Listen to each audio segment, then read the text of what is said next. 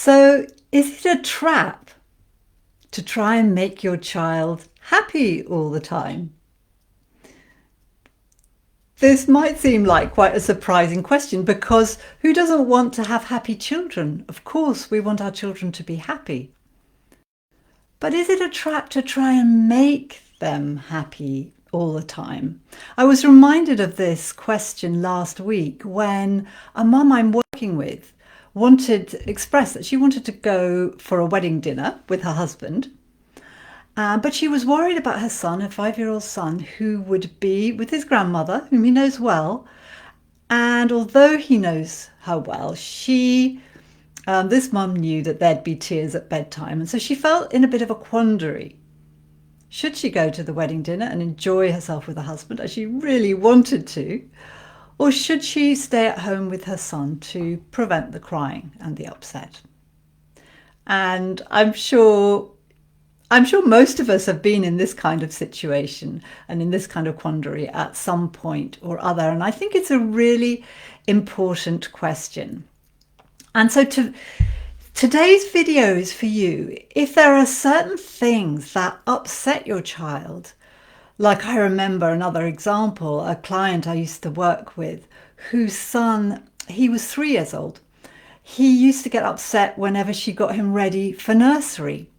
And she felt so bad about this. And every time it was nursery day and she was getting him dressed in the morning, he would cry and she'd feel bad and she'd feel that somehow she was failing because he got so upset. And and it felt like a big problem.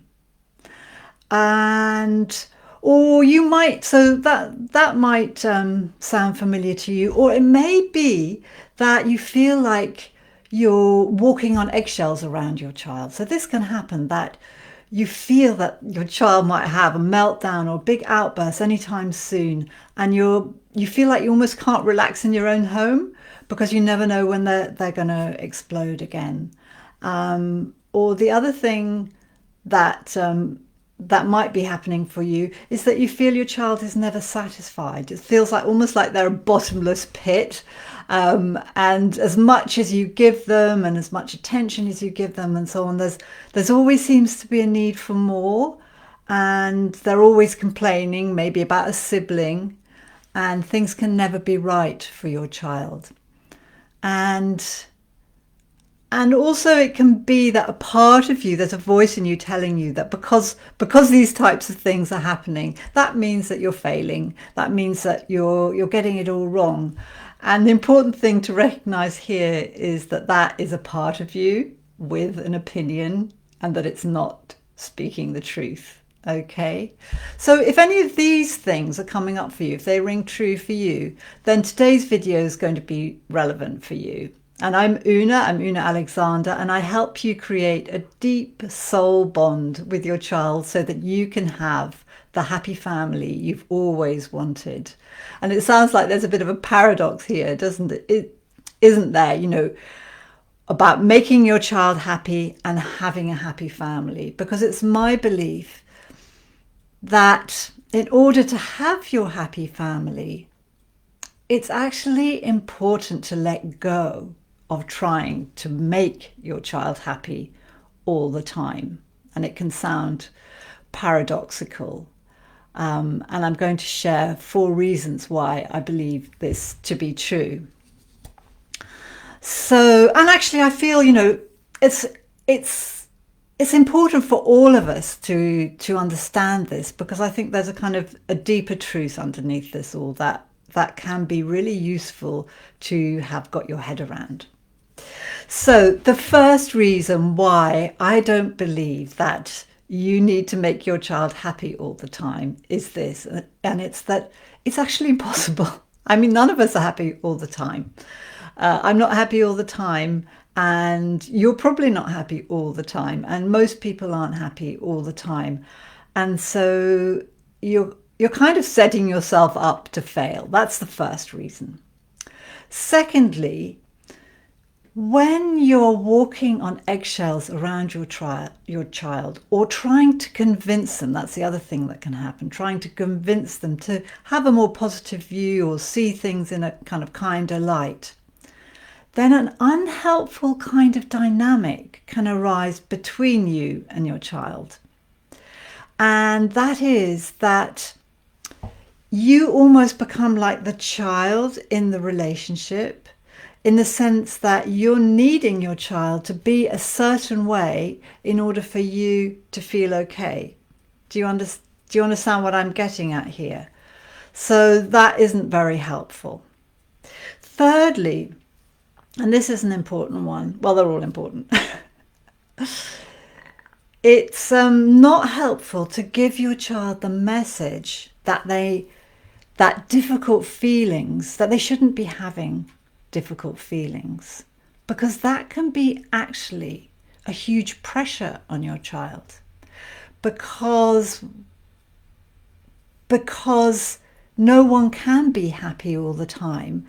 And if you give your child the sense that they should be being happy instead of being angry, sad, tearful, all the other things that they might be, it can be experienced as a pressure.